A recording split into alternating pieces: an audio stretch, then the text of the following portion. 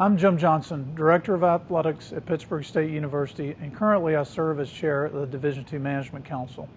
I'd like to provide a brief update on the NIL interim policy recently adopted by the NCAA governance structure. This policy, along with enforceable state laws and executive orders in some states, will provide many opportunities for today's college athlete.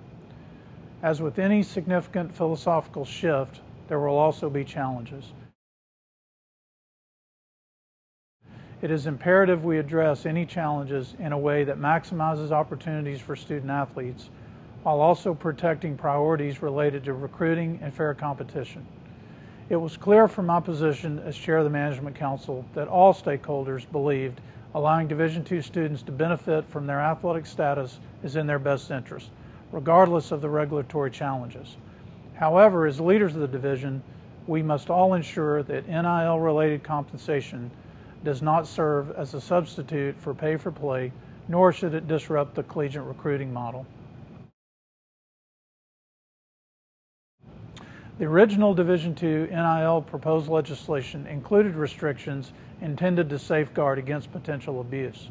However, as you are aware, we did not act on that legislation at the 2021 NCAA convention as planned.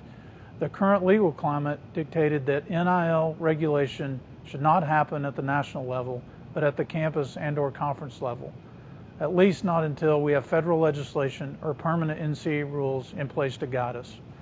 As an athletics director on a Division II campus, I am aware, like you are, of the concerns regarding the potential challenges that most certainly accompany assumption of this responsibility.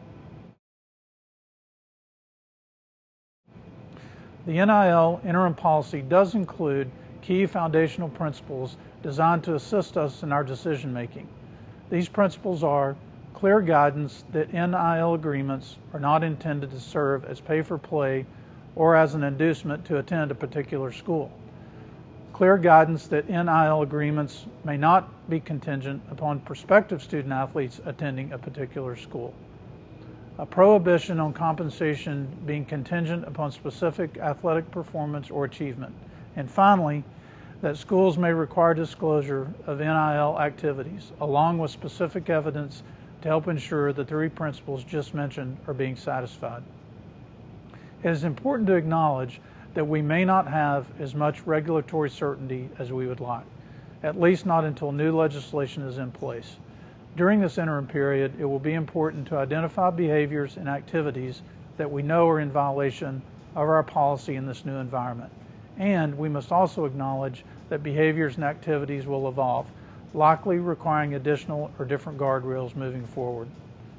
While this is certainly a major philosophical shift in how our division addresses and monitors student-athlete name, image, and likeness, we must continue to focus our attention on our student-athletes, their collegiate experience, and their physical and mental well-being.